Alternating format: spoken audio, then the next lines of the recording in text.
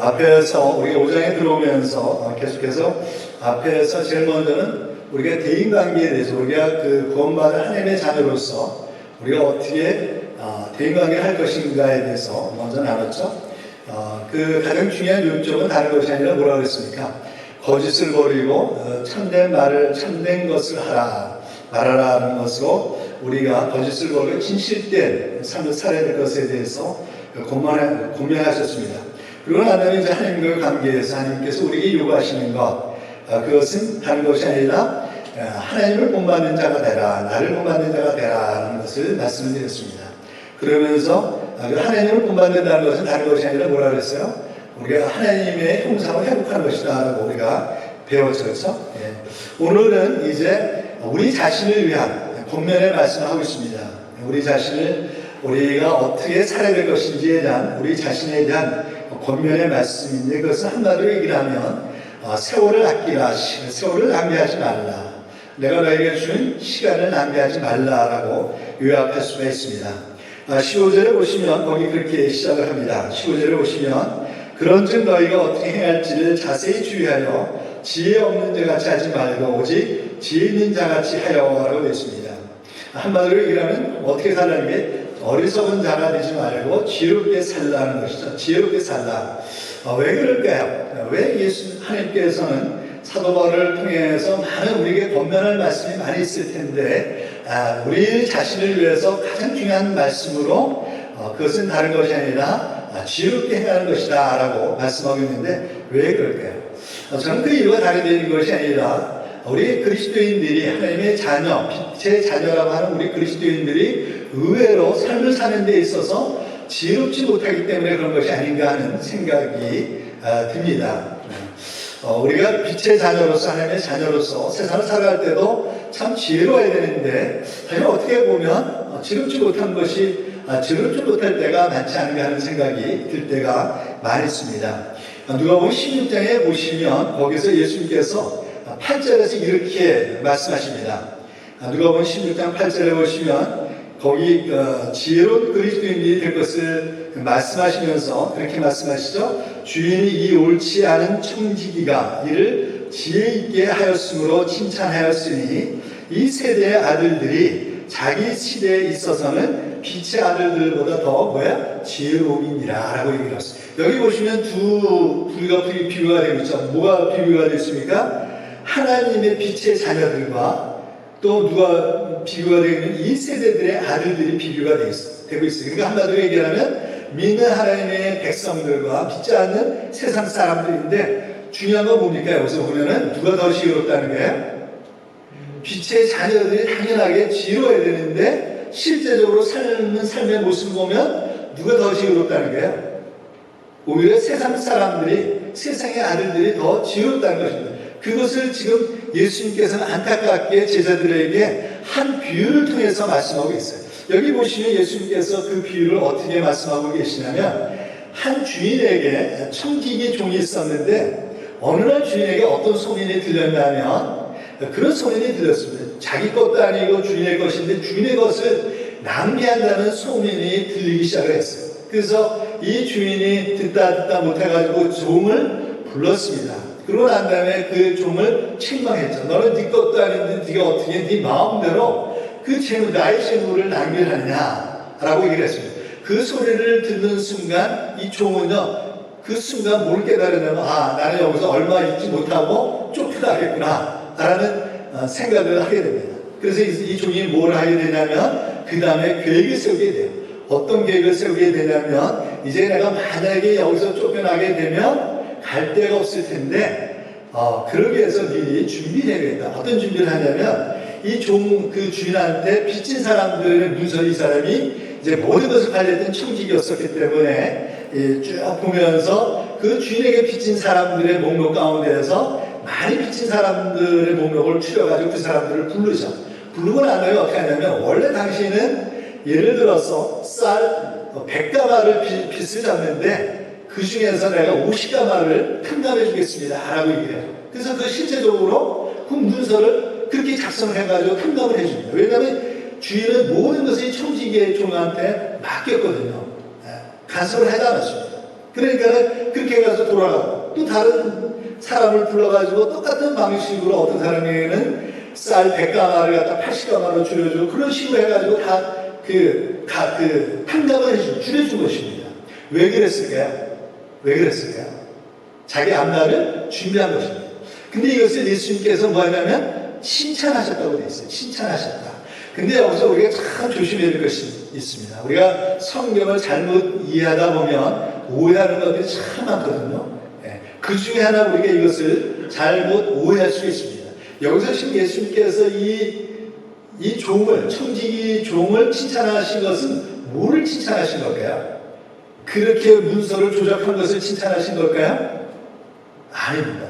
우리 잘못하다 보면 여기서 보면 예수님께서 이 청지기 종을 칭찬하신 것을 마치 그가 그렇게 문서를 갖다가 자기 것도 아닌 그 빚진 자의 사람을 탕감해준 그런 것을 칭찬하신 것이라고 우리가 오해할 수가 있는데 그것은 오해입니다. 왜 그러냐면 여기 보시면 이 종을 뭐라고 그러냐면 악한 종이라고 얘기하고 있어요. 악한 청지기라고 얘기하고 있어요. 그 올바른 것이 아닙니다. 여기서 예수님께서 칭찬하신 것은 그것을 칭찬하신 것이 아니라 뭐를 칭찬하신 걸까요? 지금 예수님께서 이 비유를 드신 목적이 뭘까요?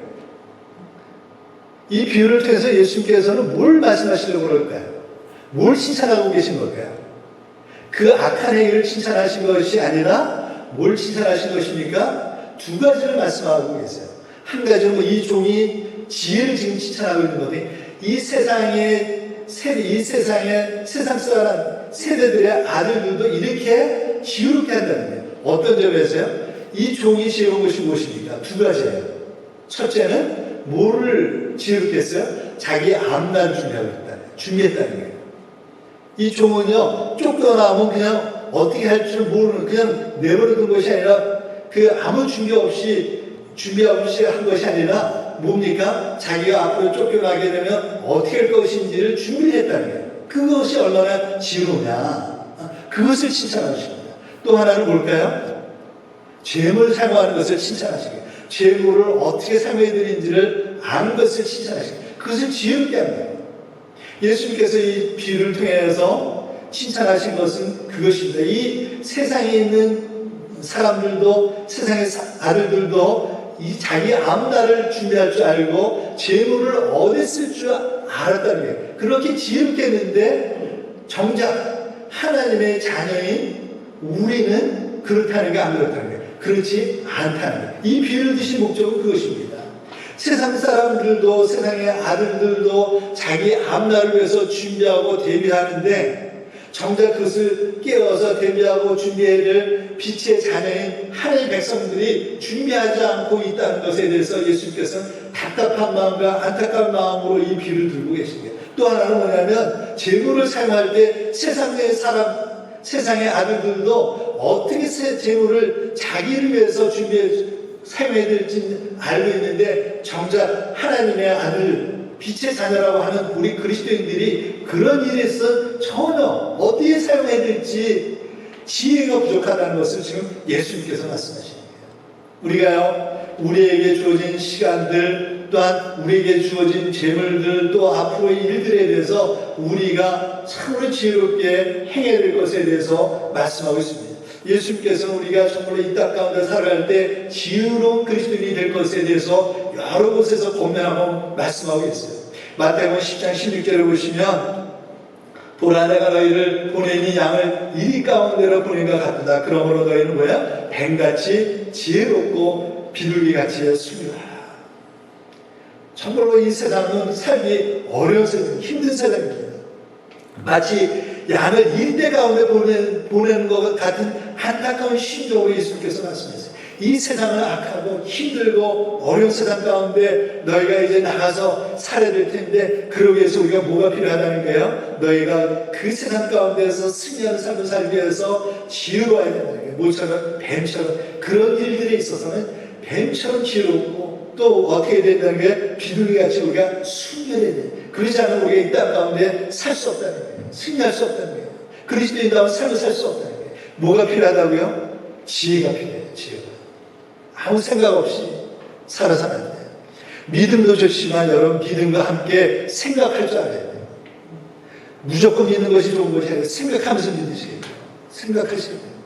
성경에 보면 생각하라는 말씀이 얼마나 많은지 몰라요. 하나님께서 우리에게 이성을 주신 거는요, 그냥 단지 믿기만 하고 맹목적으로 믿으라는 것이 아니라 생각하면서 믿으라는 거예요.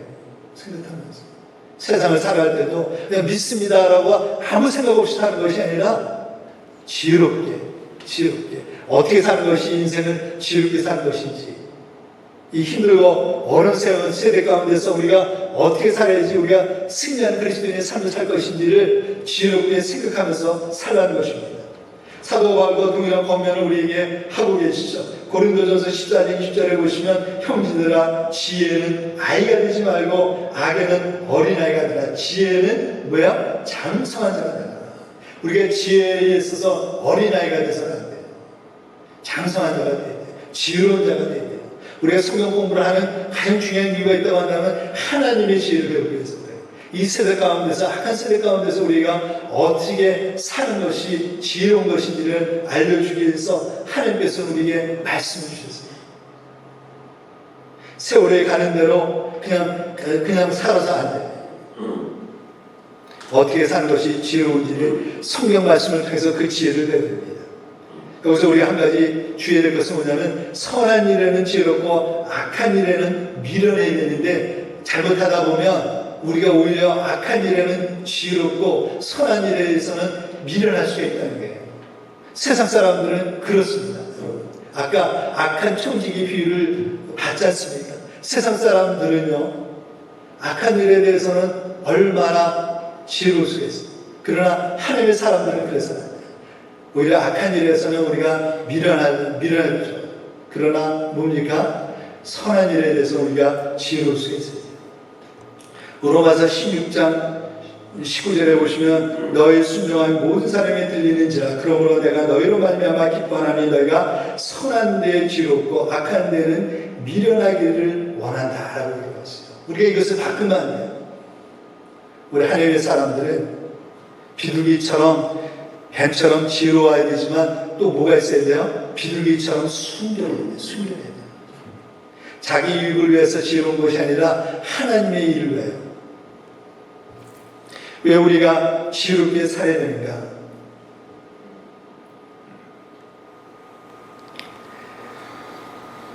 여기 보시면 16절에 보시면 그렇게 말씀하고 계시죠? 세월을 아끼라 때가 악하니라. 왜 우리가 지혜로워야 될까요? 우리가 시간을, 우리에게 주어진 그 삶을 사는 데 있어서 우리가 지혜로워야 되는 이유는 다른 데 있는 것이 아니라 세월을 아끼기 위해서라고 말씀하고 있습니다. 세월을 아끼라. 골로새서 4장 5절에 보시면 외인에 대해서는 지혜로 행하여 세월을 뭐야? 아끼라. 우리가 어떻게 세월을 아낄 수 있을까요? 지혜가 필요해요. 세월을 아끼기 위해서 하나님께서 우리에게 주어진 시간과 인생과 기회를 우리가 낭비하지 않기 위해서. 여기서 세월이라는 것은 원래 그 원어를 보면 카이로스라는 단어를 사용하고 있어요. 이 카이로스라는 것은 그냥 물리적인 시간이 아니에요. 그냥 물리적으로 흘러간 시간을 의미하는 것이 아니라 하나님께서 우리에게 준 특별한 시간들, 기회들을 의미하고 있습니다. 무슨 얘기를 하고 있습니까? 세월을 아끼는 건 뭐예요? 하나님께서 특별히 우리에게 주신 시간들과 기회들을 낭비하지 말라는 것입니다. 우리의 인생을 살다 보면 하나님께서 우리에게 주신 시간들과 기회들이 있어요. 근데 살다 보면요, 그것을 낭비할 때가 얼마나 많이 있는지 몰라요. 우리가 그것을 낭비하지 않기 위해서 우리가 필요한 것이 있다고 한다면 지혜입니다. 우리 인생을, 시간을, 하나님께서 주신 시간과 기회를 우리가 왜 낭비해서는 안 될까요? 그것은 다시 올 수 없는 거기 때문에 그래요. 흘러간 시간들은요, 다시 올 수가 없고요. 잃어버린 기회는 다시 언제 올지 몰라요. 다시 오지 않을지도 몰라요. 다시 온다는 보장이 없을 수가 있어요. 하나님께서 특별히 우리에게 주어진 그 귀한 시간들과 기회들을 우리가 지혜가 부족함으로 말미암아 낭비할 때가 얼마나 많은지 몰라요. 그렇지 않습니까? 다시 올 수 없는 시간이에요. 저는 우리 하나님께서 우리에게 주신 것 중에서 가장 소중한 것이 있다고 하면 저는 재물이 아니라 저는 시간이라고 생각해요. 우리에게 주어진 시간, 다시 올 수 없는 시간.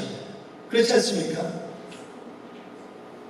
하나님께서 나에게 주어졌던 그 좋은 시간, 좋은 기회들, 그런데 그것이 귀한지 모르고 소중한지 모르고 그것을 막 써버리고 난 다음에 나중에는 후회하는 사람들이 얼마나 많은지. 여러분, 한 번 지나간 시간들은요 다시 찾을 수 없어요. 우리가 잃어버린 건강은 다시 회복할 수도 있고요, 잃어버린 재물도 다시 우리가 벌어들일 수 있어요. 근데 한 번 흘러간 시간들은 다시 올 수 없어요. 얼마나 소중한지 몰라요. 그렇기 때문에 우리는 이 시간들을, 세월들을 낭비해서는 안 돼요. 아끼다라는 것은 세월을 최대한으로 이용하라는 게, 하나님께서 우리에게 주어진 시간들, 기회들을 최대한으로 이용하는 게, 낭비하지 말라는 것입니다. 세월을 아끼는데 지혜가 왜 필요할까요? 왜 우리가 시간을 아껴야 될까요? 많은 사람들은 생각하기를 그렇게 얘기를 합니다. 시간이, 세월이 짧기 때문에, 인생이 짧기 때문에. 과연 그럴까요? 어느 날 우리 장모님께서, 우리 장모님이 해주신 몇 가지 아직도 인상에 남는 말씀들이 있어요. 제 인생 가운데 큰 도움을 줬던 말씀들인데, 그 중에 하나가 뭐냐면, 하나님께서 우리에게 주어진 세월은 결코 짧지 않다는 거예요. 많은 사람들은 하나님께서 우리에게 주신 인생의 시간이 짧다라고 얘기를 하는데, 그것은 하나님께서 원래 우리에게 주신 시간이 짧기 때문에 짧은 것이 아니라 뭐예요? 낭비이기 때문에 짧은 거예요. 살아보니까 그렇더라고요. 살아보니까 인생이 그렇게 짧은 것이 아니더라고요. 우리가 하려고 하는 것을 하려고만 하면 인생은 충분하더라고요. 충분하더라고요.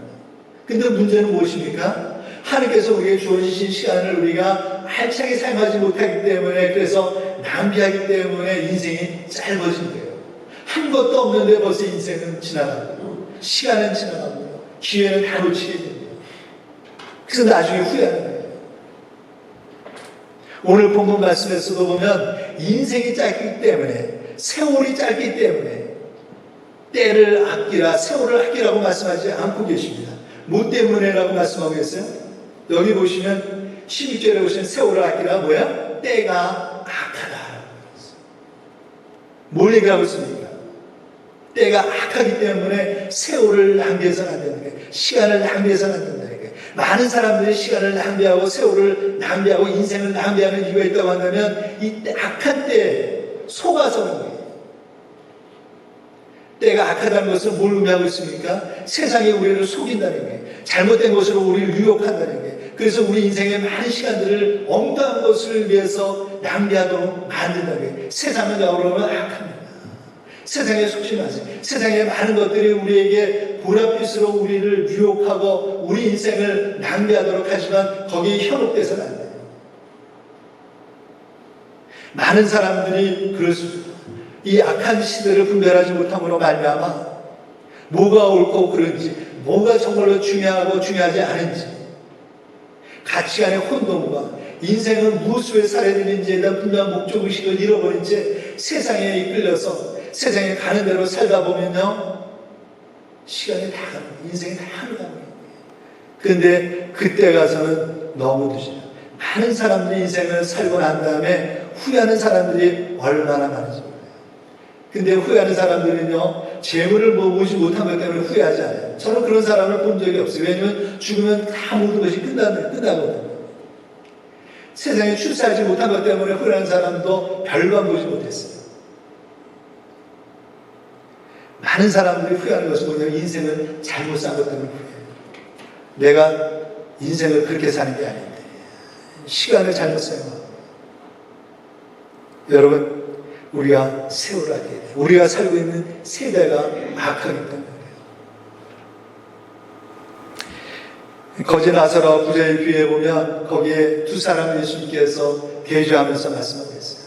이 한 부자는요, 하나님께서 주신 그 시간과 재물을요, 엉뚱한 것을 사용했어요. 그래서 이 예수 주인이, 예수님께서 이 부자를 뭐라 그러냐면 어리석은 자예요. 하나님이 이 사람을 향해서 뭐라 그러냐면 어리석은 자예요. 왜 어리석습니까? 하나님께서 그에게 주신 시간과 인생과 한 번뿐인 인생과 그 재물을요, 이 부자는요 전혀 엉뚱한 것에 사용한 거예요. 전혀 자기 인생을 준비하지 않았어요. 아까 우리가 그 불의한 청지기 비유 다음에 나오는 게 이 비유거든요. 거지 나사로와 부자의 비유를 말씀하세요. 두 사람을 비교하면서 어떤 사람이 지혜로운 사람이고 어떤 사람이 어리석은 자인지를 말씀하고 있어요. 악한 청지기도 자기 앞날을 준비하고 있는데 그러지 못하는 빛의 자녀. 이 부자는요, 하나님께서 주신 그 시간과 재물을 엉뚱한 곳에 사용하고 자기 앞날을 준비하지 못했던 사람이에요. 우리는 그래서는, 그러기 위해서는 여러분, 지혜가 필요해요. 지혜가 분별력이 필요해요. 무엇이 정말로 중요한지, 무엇이 중요하지 않은지. 우리가 시간을 아끼기 위해서 저는 제 세 가지가 필요하다고 생각합니다. 우리 인생에 중요한 일과 바쁜 일을 구별할 줄 알아야 돼요. 중요한 일과 바쁜 일. 우리는 자칫 잘못하다 보면 바쁜 일이 중요하다고 생각해가지고 그 일을 하다 보면 정작 우리 인생에서 중요한 일들을 놓칠 때가 많이 있습니다. 그렇지 않습니까? 현대인들을 보세요. 얼마나 바쁘게 살고 있습니다. 얼마나 열심히 살고 있습니다. 근데 문제는 뭐냐면 정작 중요한 일들은 관망하고 있다는 거예요. 그 바쁜 일에 쫓기다 보면 어느새 하루가 가게 되며 그래서 하루를 돌아보면 정작 중요한 일들은 하나도 못하고 바쁜 일에 쫓겨서 살았던 하루를 돌아보게 됩니다. 여러분 그렇게 살아서는 안 돼요. 우리 인생에 바쁜 일이 꼭 중요한 건 아니에요. 우리 인생에서 그렇기 때문에 중요한 일과 바쁜 일을 분별할 수 있는 분별력이 필요합니다. 지혜가 필요해요. 우리 인생에서 정말로 중요한 일은 뭔가? 내 인생에서 지금 바쁜 일들인데 그것이 정말로 내가 꼭 해야 되는 일일까? 그러기 위해서 중요한 것은 뭐냐면 우선순위가 필요합니다. 우선순위. 내 인생에서 정말로 중요한 것, 내가 정말로 놓쳐서는 안 될 것들, 내가 결코 포기해서는 안 될 것들. 아무리 바쁜 일이라고 할지라도 그것을 우리가 붙잡을 수 없는 것이라고 한다면 쉽게 우리는 그것을 과감하게 놓을 줄 알아야 돼요. 둘째는 일에는 때가 있다는 거예요. 때가 있습니다. 그렇지 않습니까? 일할 때가 있고 놀 때가 있고요. 공부할 때가 있고 쉴 때가 있고요. 모든 것에는 때가 있어요. 일할 때 놀면 어떻게 될까요? 나중에 후회하게 됩니다. 후회하게 돼요. 하나님이 일주일에 6일은 열심히 일하고 하루는 쉬라고 말씀하세요. 하루는 열심히 일하고 6일을 쉬면 어떻게 될까요? 안 되죠. 그런 의미에서 균형이 필요해요. 저는 우리 그리스도인들이 균형 잡혀 있는 그리스도인들이었으면 좋겠어요. 일할 때 일할 줄 알고 놀 때 놀 줄 알고 일만 할 줄 알고 일만 하고 놀 줄도 모르는 그리스도인. 저는 그것은 하나님의 뜻이 아니라고 생각해요. 하나님은 분명하게 우리에게 6일 동안에 열심히 일하지만 하루는 뭐라고 그랬어요? 쉬라고 말씀하셨습니다. 우리의 시간을 가질 것을 말씀하고 계세요. 저는 이것이 균형이 있어야 된다고 생각해요. 봉사, 성민도 여러분 때가 있지 않습니까? 그렇죠? 때가 있어요. 아무 때나 봉사하고 싶다고 해서 봉사할 수 있는 것이 아니에요. 그 때를 놓치면요, 봉사하고 싶어도 섬기고 싶어도 그러지 못할 때가 올 때가 있어요. 그래서 내가 지금 무슨 때인가를 잘 여러분 생각하시면, 내가 지금 공부할 때인지 놀 때인지, 내가 지금 섬길 때인지 쉴 때인지, 일할 때인지 놀 때인지를 잘 보여야 돼요.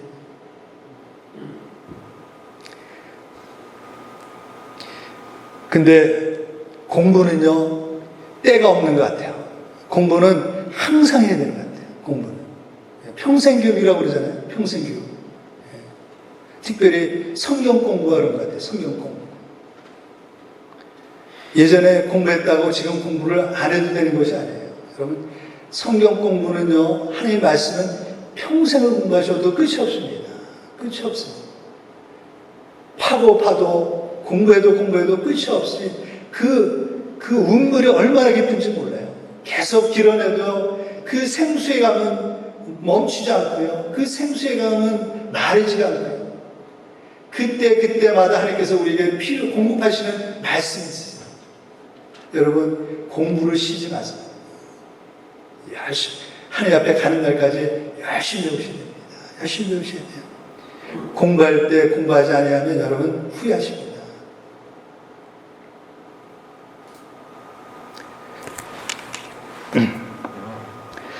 세월을 아끼는 좋은 방법 중에 하나는 뭐냐면, 또 하나는 주님의 뜻을 분별하는 것입니다. 17절에 보시면 그러므로 어리석은 자가 되지 말고 오직 주의 뜻이 무엇인가 이해하라, 무엇인가 이해하라라고 말씀하고 있습니다. 우리가 시간을 아끼기 위해서, 세월을 아끼기 위해서 하나님의 뜻을 구해야 됩니다. 우리가 하나님의 뜻을 분별하고 하나님의 뜻 가운데 우리가 산다고 한다면 우리 인생은 정말로 알찬 인생이 될 수 있어요. 그렇죠? 열매 맺는 알찬 삶이 될 수 있습니다. 그리고 난 다음에 18절에 보시면 우리가 시간을 낭비하지 않기 위해서 성령 충만할 것을 말씀하고 있어요. 18절에 보시면 술 취하지 말라 이는 방탕한 것이니 오직 성령으로 충만함을 받으라 라고 말씀하세요. 왜 성령 충만이 필요할까요? 성령의 열매 중에 하나가 바로 절제이기 때문에 그래요. 절제이기 때문에. 그렇죠? 갈라디아서 5장 20절부터 23절에 보시면 오직 성령의 열매는 사랑과 희락과 화평과 오래 참음과 자비와 양성과 충성과 온유와 절제라고 해요. 절제. 우리에게 정말로 세월을 아끼기 위해서 절제가 필요해요. 우리가 시간을 낭비하고 인생을 낭비하는 것 중에 하나는, 이유 중에 하나는 뭐냐면 절제하지 못하기 때문이었습니다. 절제하지 못하기 때문에. 근데 여기서 성령 충만함을 받으라는 동사를 보면요, 현재 수동 명령형으로 되어 있습니다. 뭐냐면 성령 충만은 한 번 받는 것을 끝나서는 안 된다는 거예요. 예전에 성령 충만을 받았다고 해서 그 성령 충만이 계속 지속되지 않는다는 사실입니다. 그렇기 때문에 어떻게 해야 돼요? 성령 충만은 계속해서 받아야 돼요. 반복해서 받아야 돼요. 이거 현재형으로 되어 있습니다. 어떤 의미에서 이 성령 충만은 훈련으로 된다라고 얘기할 수가 있어요. 계속해서 훈련을 통해서 성령 충만을 해서 계속 우리가 훈련을 통해서 성령 충만한 삶을 우리가 지속적으로 이루어나갈 수 있습니다. 또 하나는 이것이 수동 명령형으로 되어 있어요. 수동태라는 것은 뭐냐면 이것이 내 힘으로 되는 것이 아니라는 거예요. 성령 충만한 것은 내 힘으로 되는 것이 아니라 전적으로 하나님이 주권 안에 있다는 거예요. 근데 이게 명령형으로 되어 있어요. 명령형. 이것이 하나님의 주권에 있지만 뭐 하라는 것입니까? 구하라는 거예요. 구하라는 거예요. 성령 충만을 위해서 구하라는 거예요. 기도하는 것입니다. 여러분은 성령 충만을 위해서 기도하고 계세요? 기도하십니다. 여러분은 뭘 위해서 기도하십니까? 성령 충만을 위해서 기도하세요. 오늘 하루도 성령 충만하게 하소서. 그래서 때를 분별하고 세월을 아낄 수 있도록, 시간을 아낄 수 있도록. 그리고 19절부터 21절을 보시면 성령 충만한 사람의 삶의 모습을 말씀하고 있어요. 성령 충만한 사람의 삶의 모습이 어떨까요? 19절부터 21절에 보시면 시와 찬송과 신령한 노래들로 서로 화답하며 너희의 마음으로 주께 노래하며 찬송하며 범세 우리 주 예수 그리스도의 마음으로 항상 아버지 하나님께 감사하며 그리스도를 경외함으로 피차 복종하라. 여기 보시면 이게 명령형으로 되어 있습니다. 그래서 앞에 있는 성령 충만함을 받으라는 것처럼 이렇게 하라는 말씀으로 우리가 이해할 수가 있는데 원어를 보면 이게 분사로 되어 있어요. 분사형으로 되어 있습니다. 그냥 병령형으로 지금 똑같이 명령형으로 되어 있는 것이 아니라 이 말씀이 어디에 걸려 있냐면 성령 충만에 걸려 있어요. 동사는 성령 충만이고요. 여기서 얘기하고 있는 찬미하며 감사하며 그리스도를 경외함으로 피차 복종하는 것은 분사형으로 걸려 있는 거예요. 근데 이것이 명령형으로 되어 있다는 것은 명령형 분사형인데 이것은 뭘 의미하고 있냐면 쉽게 얘기를 하면 이렇게 하기 위해서 하나님을 찬미해야 되고 너희가 하나님을 찬미해야 되고 하나님께 감사해야 되고 하나님 그리스도를 경외함으로 피차 복종해야 되는데 그러기 위해서 우리에게 필요한 것이 뭐라는 거예요? 성령 충만이라는 거예요. 우리가 하나님을 찬미해야 되고 하나님께 감사해야 되고요. 그리고 우리가 서로 하나님 예수 그리스도를 경외함으로 피차 복종해야 되는데 어떻게 해야 된다고요? 그러기 위해서 성령 충만해야 된다는 거예요. 다시 얘기를 하면 바꿔서 얘기를 하면 우리가 이런 성령 충만하게 되면 어떻게 된다는 거예요? 이런 삶을 살 수 있게 된다는 거죠. 그렇기 때문에 이 말씀은 성령 충만한 사람의 삶의 모습이라고 얘기할 수 있어요. 그래서요, 영어 번역 뉴 리빙 트랜슬레이션을 보면 NLT 성경을 보면 거기 그렇게 되어 있습니다. Then you will sing psalms라고 되어 있어요. 그렇게 하면 너희가 성령 충만함을 받으면 그렇게 될 것이다 라는 거예요. 그 다음에 20절도 And you will always give thanks for everything to God. 그렇게 되면 너희가 하나님께 모든 것을 감사할 수 있게 될 거라는 거예요. 21절도 And 더 나가서 You will submit to one another. 우리가 서로 복종하게 된다는 거예요. 근데 여기서 중요한 건 뭐냐면 범사예요. 범사에. 어떤 일이 좋을 때만 우리가 하나님을 참여하고 감사하고 그리고 예수 그리스도를 경외하는 것이 아니라 그래서 복종하는 것이 아니라 어떤 범사에 그렇다는 거예요. 이 범사에는 뭐가 있습니까? 좋을 때도 있지만 좋지 않을 때도 있어요. 우리가 좋을 때 하나님을 참여하고 감사할 수는 있지만 중요한 거는 문제는 어느 때입니까? 정말로 내 인생에 어려움들이 있을 때 고난이 올 때도 우리는 여전히 하나님께 참여하고 하나님께 감사할 수 있고 하나님 예수 그리스도를 경외함으로 복종할 수 있느냐는 게 모든 것이 잘 될 때는 그럴 수가 있어요. 그건 누구나 할 수가 있는 거예요. 근데 중요한 것은 뭐냐면 여기서는 범사라는 말씀. 우리가 성령 충만하게 되면 어떻게 할 수 있다는 거예요? 어떤 상황 가운데서도 어떻게 할 수 있다는 거예요? 하나님을 찬양할 수 있게 되고요. 하나님께 그런 상황 가운데서도 감사할 수 있게 되고요. 그런 가운데서도 예수 그리스도를 경외할 수 있고요. 순종할 수 있게 되고요. 그 비결이 어디냐면 성령 충만에 있다는 거예요. 여러분이 우리가 지금 성령 충만한지 안 한지를 알 수 있는 좋은 비결이 있다 한다면 나는 과연 이런 상황 가운데서도 어려운 상황 가운데서도 하나님을 찬양할 수 있는지 하나님께 감사할 수 있는지 그럼에도 불구하고 여전히 그리스도를 내가 경외할 수 있는지를 보면 알 수 있어요. 그것을 가장 잘 보여줬던 사람이 누굽니까? 사도 바울 아닙니까? 사도 바울. 빌립보서 1장 12절에서부터 18절에 보시면 사도 바울이 빌립보 감옥 안에서 이런 얘기를 합니다. 형제들아 내가 당한 일이 도리어 복음 전파의 진전이 될 줄을 너희가 알기를 원한다. 자기가 당한 일이 뭡니까? 지금 사도 바울이 빌립보서를 어디서 쓰고 있는 거예요? 로마 감옥 안에서 쓰고 있거든요. 내가 지금 감옥 안에 갇혀 있는 것은 다른 것 때문에 그런 것이 아니라 이 복음 때문에 내가 감옥 안에 갇혀 있다는 거예요. 이 당한 일이 근데 뭐가 됐다는 게 도리어 복음 전파의 진전이 된 줄을 너희가 알기를 원한다. 13절에 보시면 이러므로 나의 매임이 그리스도 안에서 모든 시위대의 안과 그 밖에 모든 사람에게 나타났으니 형제 중 다수가 나의 매임으로 말미암아 주 안에서 신뢰함으로 겁없이 하나님의 말씀을 더욱 담대히 전하게 되었느니라. 어떤 이들은 투기와 분쟁으로 어떤 이들은 착한 뜻으로 그리스도를 전파하니 17절에 가시면 그들은 나의 매임의 괴로움을 더하게 할 줄로 생각하여 순수하지 못하게 다툼으로 그리스도를 전파하느니라. 그러면 무엇이냐? 거칠어라 하나 참으로 하나 무슨 방도로 하든지 전파하는 것을 그리스도니 이로써 나는 기뻐하고 기뻐한다. 지금 사도 바울은 뭐하고 있습니까? 기뻐하고 있습니다. 이거는 거짓 꾸밈이 아니에요. 정말 그 마음 가운데 기쁨이 넘쳐나서 하고 있는 것입니다. 지금 사도 바울은 어디 있다고요? 감옥 안에 있어요. 뭐 때문에 감옥 안에 있어요? 복음을 전파하다. 힘들었을까요? 안 힘들었을까요? 여러분 그 사람 그 사도 바울의 인간인지라 육신적으로 얼마나 힘들었겠어요. 옛날 감옥은 지금 감옥처럼 좋은 시설이 아니에요. 얼마나 힘든지 몰라요. 습기가 차고요. 춥고요. 겨울에는요. 먹을 것도 변변치 않고요. 하루 이틀만 지나도 쉽지 않아요. 그런 가운데서도 사도 바울이 기뻐하고 기뻐할 수 있는 이유가 무엇입니까? 뭐 때문에 그렇다고 말씀하고 있어요? 여기 보면요. 뭐 때문에 그래요? 자기가 갇혀 있는 것 자체 때문에 그런 것이 아니에요. 그건 여전히 힘들고 어려워요. 근데 뭐 때문에 기뻐하냐면 그를 통해서 뭐가 되는 것을 보고 있기 때문에 그래요.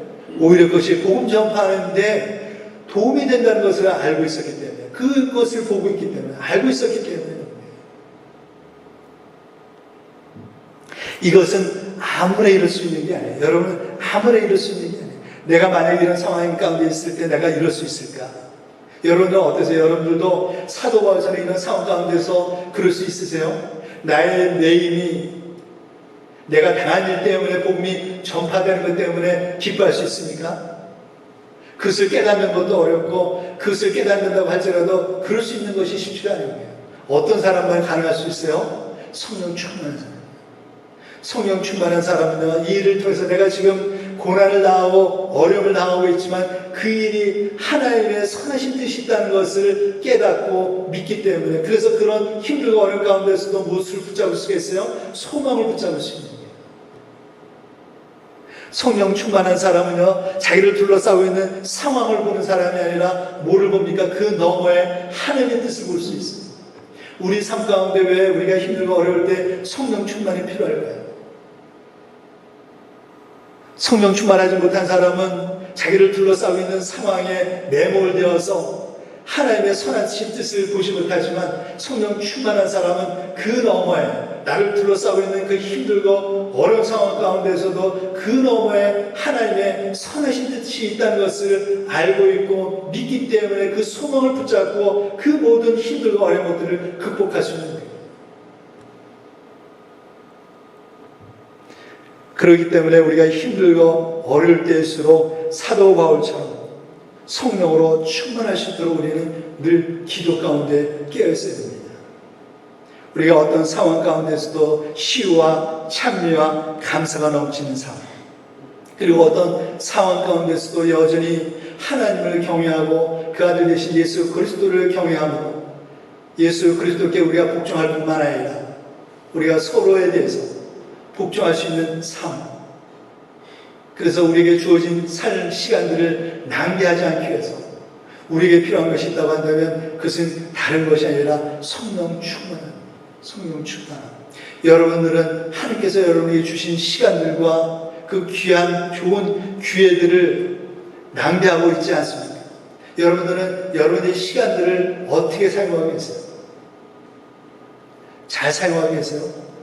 저는 저와 여러분들, 우리에게 주어진 이 귀한 시간들과 기회들을 결코 낭비하지 않고 놓치지 않고 잘 사용했으면 좋겠어요. 그래서 하나님 앞에 갔을 때 부끄러운 모습으로 쓰는 것이 아니라 착하고 충성된 종이라는 칭찬을 받는 우리 성도님들과 제가 되었으면 좋겠어요.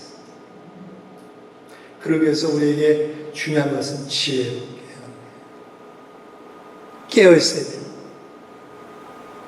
말씀과 기도 가운데 깨어있어야 돼요. 때를 분별할 줄 알아야 돼요. 균형 있는 그리스도인의 삶을 살아야 돼요. 그래서 하나님께서 우리에게 주신 시간들을 낭비하지 않기를 바랍니다. 여러분은 여러분에게 주어진 시간들을 점검해 보세요. 내가 하루하루를 어떻게 보내고 있는지. 기도하시겠습니다.